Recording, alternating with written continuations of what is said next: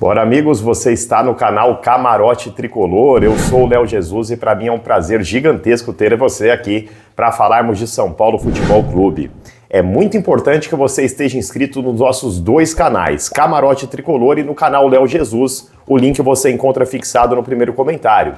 Porque o vídeo, gente, pode sair tanto por aqui quanto por lá, por exemplo, hoje aqui no Camarote, porque à noite tem o programa Emerson e Léo às 20 horas lá no canal Léo Jesus. Então fique inscrito nos dois para não perder nada, beleza?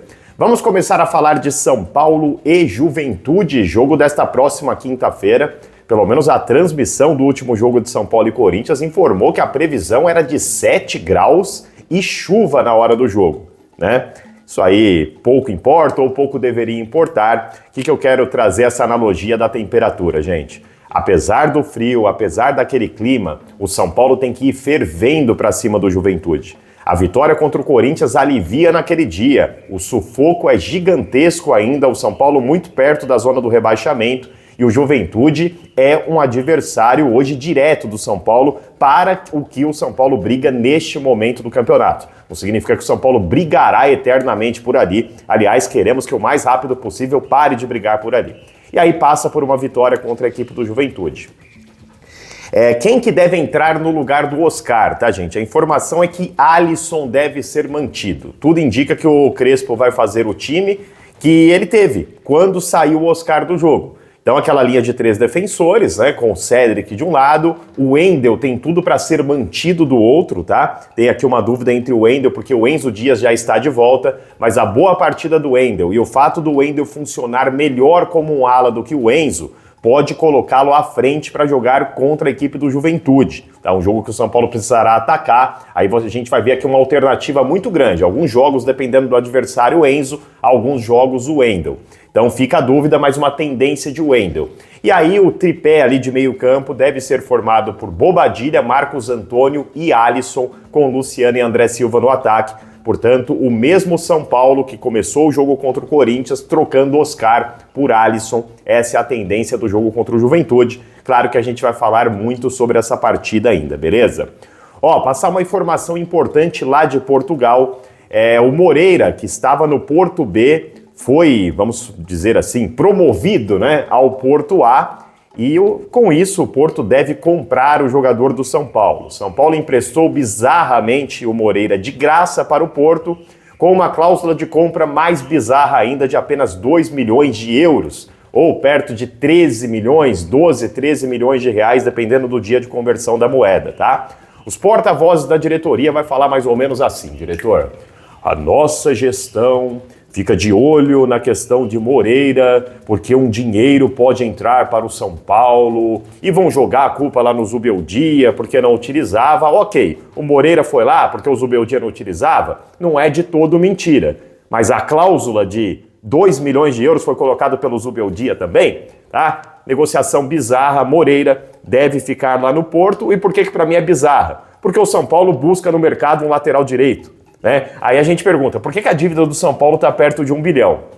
Cara, se você ficar vendendo ouro por um preço e comprando bijuteria pelo outro, aliás, o Moreira não é ouro, tá? Não é esse jogador todo. Vamos chamar de bronze, que seja, prata, vai, prata. Você pega lá uma correntinha de prata, aí você vende ela por 10 reais e compra bijuteria por 15, a sua dívida vai chegar a 1 bilhão em algum momento. É isso que está rolando no São Paulo. E o São Paulo foi denunciado pelo Corinthians. O Corinthians procurou o STJD por cantos homofóbicos na partida que o Tricolor venceu por 2-0 a equipe alvinegra. É aquela música, o São Paulino deve conhecer aí das arquibancadas, Gambá me diz como se sente, que cita lá o Vampeta, o Ronaldo, o Diney, né? Com relatos aí que aconteceram com eles ou não aconteceram, enfim. Mas o São Paulo pode ser denunciado por isso. O Corinthians fez essa denúncia ao STJD. O Daronco não chegou a colocar na súmula e alegou que não ouviu a torcida gritando, tá? Não vou questionar isso daqui, se tá na regra que não pode, a torcida tem que saber disso, segue o jogo, se tiver que ter a punição, pode ser em valor, tomara que não seja perda de mando de campo, normalmente valores, né, tem sido essa punição. E que a torcida do São Paulo não faça mais isso, né? Não tô nem entrando em questionamento, se é mimimi, se não é, isso aí fica com vocês. O que eu tô falando é que se tá na regra, que se cumpra. Agora me chama bastante atenção o Corinthians denunciar. O Corinthians passa muito longe de ser um time exemplo sobre isso. Mas repito, não é porque é contra o São Paulo que eu vou passar pano. Se tá na regra, que se cumpra. Então fica a nossa atenção aí nos próximos jogos para não prejudicar o clube. Contra o Corinthians tem uma dica melhor. Começa a gritar "é Luciano" do começo até o final do jogo, que eles vão sentir muito mais do que isso. Pode ter certeza do que eu tô falando. Ó, gente, vamos falar um pouquinho aqui. A FIFA, né, hoje faz não sei quantos anos lá, faz o cálculo aí do Mundial de 51 do Palmeiras, da Copa Rio, óbvio que não é Mundial. E aí as redes começaram a publicar, alguns palmeirenses fazendo recortes de que a FIFA teria tirado os mundiais de São Paulo, Corinthians, Inter, Grêmio, Flamengo, etc. Bom, vamos lá, não tem absolutamente nada disso, tá? Não tem absolutamente nada disso. Hoje, o Mundial de final de ano, ele se chama Copa Intercontinental, que era o mesmo nome desse aqui, ó, tá vendo esse troféuzinho que o São Paulo ganhou? Volta a se chamar Copa Intercontinental. O que a FIFA fez? Ela deixou claro que esta Copa do Mundo de Clubes é um campeonato à parte, é um novo campeonato que sim, hierarquicamente, a Copa do Mundo de Clubes atual, de 4 em 4 anos, é superior aos outros mundiais. Outros mundiais que são a Copa Intercontinental de 1960 até 2004, e também, aí a confusão é da FIFA, né? Ela passa a chamar como Copa do Mundo de Clubes de 2005 até 2023, pelo menos foi assim, né? 2024 voltou a ser Copa Intercontinental. Essa que era entre o europeu e o sul-americano e depois incorporou os outros continentes, todas elas serão tratadas na casinha de Copa Intercontinental. Não significa que o campeão é campeão intercontinental. O campeão da Copa Intercontinental continua sendo validado como campeão do mundo.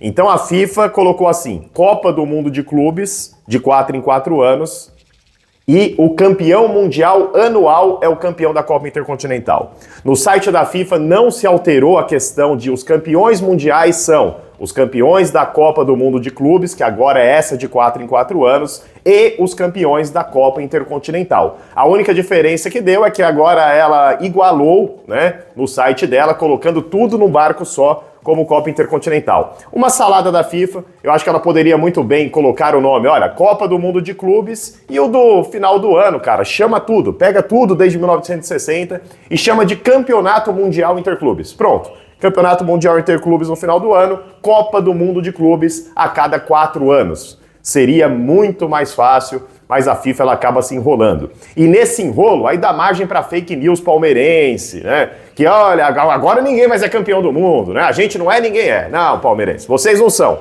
O São Paulo segue sendo tricampeão mundial normalmente, tá? Só para esclarecer que muitos são paulinos ficaram com dúvidas sobre isso, mais uma fake news palmeirense. Momento valeu pela resposta, deixa eu ver quem mandou o valeu aqui hoje. O primeiro foi do Dr. Pericles, ele não deixou nenhuma pergunta, então eu só agradeço ao senhor, doutor. Muito obrigado, valeu de R$2 que ajuda muito o canal. O outro foi do Adelício, ele mandou um valeu de R$10, muito grato, e ele deixou uma pergunta que foi a seguinte. Léo, Deus te abençoe, parabéns pelo canal. Qual foi o jogo do São Paulo que marcou a sua vida? Abraço. Ô Adelício, teve muitos jogos do São Paulo que marcou minha vida, hein? Mas você me perguntou o jogo no singular, então eu vou citar a semifinal da Copa Libertadores de 1992, São Paulo e Barcelona de Guayaquil no Morumbi, 3-0. Jogo, inclusive, que marcou um feito de 100 gols do Miller com a camisa do São Paulo, e eu estava lá e foi o meu primeiro jogo no Morumbi.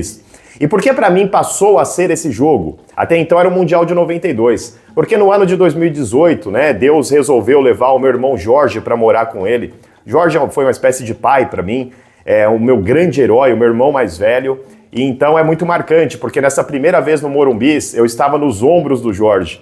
Então este jogo passou a ser tão importante. A cada dia que eu entro no Morumbi, a cada partida do São Paulo no Morumbi, eu me transporto de volta para os ombros do meu irmão, me emociono bastante e carrego ele no meu coração, né? Eu tenho comigo que o Jorge está sempre lá presente comigo no Morumbi. Então, não só pelo São Paulo, pela importância que tem o São Paulo na minha vida, mas principalmente pelo meu irmão Jorge que partiu e deixou uma ferida difícil de cicatrizar no coração. Quem perdeu alguém já sabe como que é.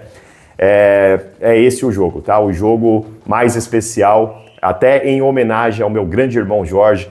Beijo para ele aí do céu, eu espero que ele esteja muito feliz, eu tenho certeza que está intercedendo por nós aqui. Tá bom? Esse é o meu jogo preferido aí.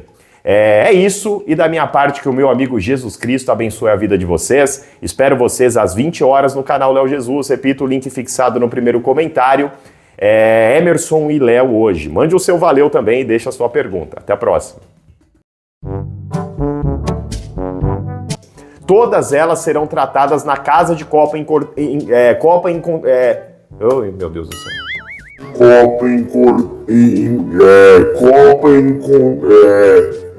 Ai, meu Deus do céu.